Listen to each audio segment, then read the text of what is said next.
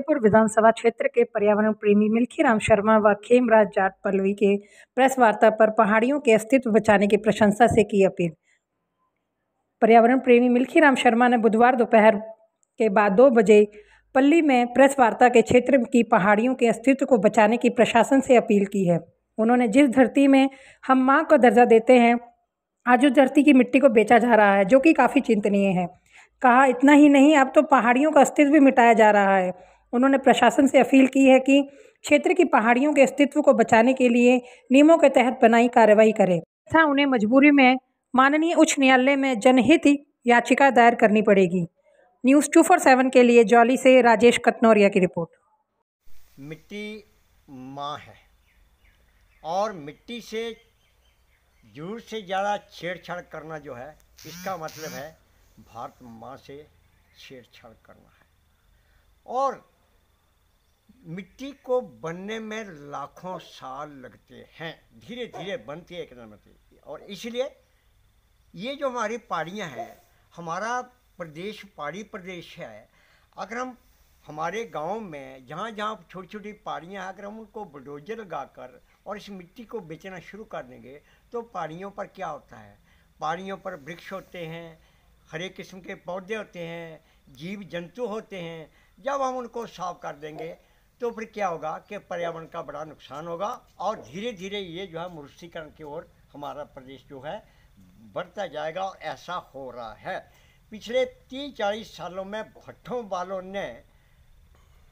वालों ने लोग अपने जो खेतों की जो मिट्टी होती है ना, उसको कम दे रहे हैं, क्योंकि वो 2 फुट या कुछ 1.5 फुट तक का वो जैसे पंजाब में है, लेकिन पहाड़ियों को साफ किया जा रहा है और बड़े पैमाने पर हमारा जो पर्यावरण का नुकसान हुआ है।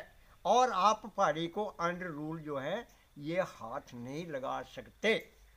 तो ये जो भट्टे वाले जितने भी हैं, 15-20 भट्टे वाले जितने भी हैं, ये पहाड़ियों का इन्होंने कुछ नहीं छोड़ा है।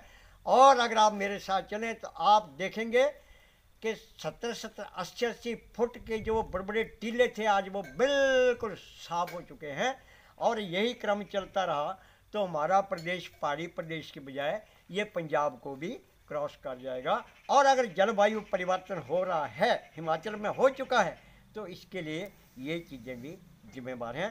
तो मैं प्रशासन से निवेदन करूंगा और मैं लिखने में जा रहा हूं कि तुरंत प्रभावी ढंग से पहाड़ियों को, चाहे निजी है या सरकारी है, बिना परमिशन के इनके साथ छेड़छाड़ी करनी बंद कर दी जाए। नहीं तो हमें तो फिर जानते याचिका तो हम ले जाते हैं और मामले को हाईकोर्ट में मैं ले जाऊंगा।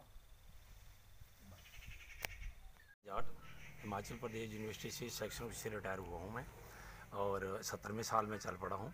मगर आज हमें इतना अत्यंत दुख हुआ जब वो ट्रैक्टर आ रहे थे, इतने ओवरलोड थे और वहाँ क्रॉस करना मुश्किल था।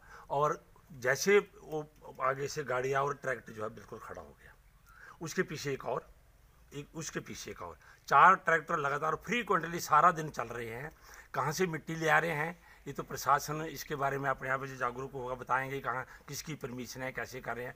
मगर यदि ऐसा ही चलता रहा, यदि कोई ऐसा हादसा हुआ तो प्रशासन भी इसमें जिम्मेवार होगा, क्योंकि उसने समय रहते इस पर कोई कार्रवाई नहीं की। और लिंक रोड है छोटी गाड़ियों के लिए, जहाँ से बसें भी चलती थी वो भी बंद हो गई हैं। मगर इतने बड़े ट्रैक्टर, इतने ओवरलोड है ऊपर, आप देखेंगे शायद अभी भी थोड़ी देर भागे नहीं होंगे वो, तो इतने ज़्यादा ओवरलोड हैं कि ऊपर तक भी फट्टा लगाने के बाद भी ऊपर इतना है और ट्रैक्टर इतना खड़ा हो रहा है। और कहीं कोई भी बुजुर्ग क्रॉस नहीं कर सकता, कोई बच्चा नहीं करा सकता। आने जाने में इतनी दिक्कत हो रही है दिन में, और सारा दिन पता नहीं कितने के ट्रैक्टर आ जाते हैं। हम तो देख के हैरान हो गए हैं, मगर कोई भी इसमें यदि नहीं बोल रहा तो एज ए समाज सेवक, लोगों की भलाई के खातिर, हमारी किसी से कोई दुश्मनी नहीं है, मगर जहाँ जा रहे हैं वहाँ का प्रशासन और हमारी जो सरकार है वो आपस में ये तय करें कि इनकी स्पीड कितनी है और कितना लोड एक ट्रैक्टर जो है ले जा सकता है। मगर ऐसा नहीं है कि ट्रैक्टर तो एग्रीकल्चर के लिए होते हैं, ना कि मिट्टी ढोने के लिए। ये तो प्रशासन ही इसमें भली भांति ज़्यादा कह सकता है कि इसमें हम ज़्यादा इन्वॉल्व नहीं रहे, हम तो अपने कार्यकाल में क्षेत्र में थे। मगर ऐसी परिस्थिति को देखते हुए कभी भी कोई हादसा हुआ तो एक संबंधित प्रशासन ही इसका उत्तरदायी होगा। हम कहते हैं समय रहते हुए इस पर कार्रवाई होनी चाहिए। और ये ट्रैक्टर जो है इस लिंक से बिल्कुल नहीं हम मानेंगे। ये हमारे को और भी कुछ करना पड़ा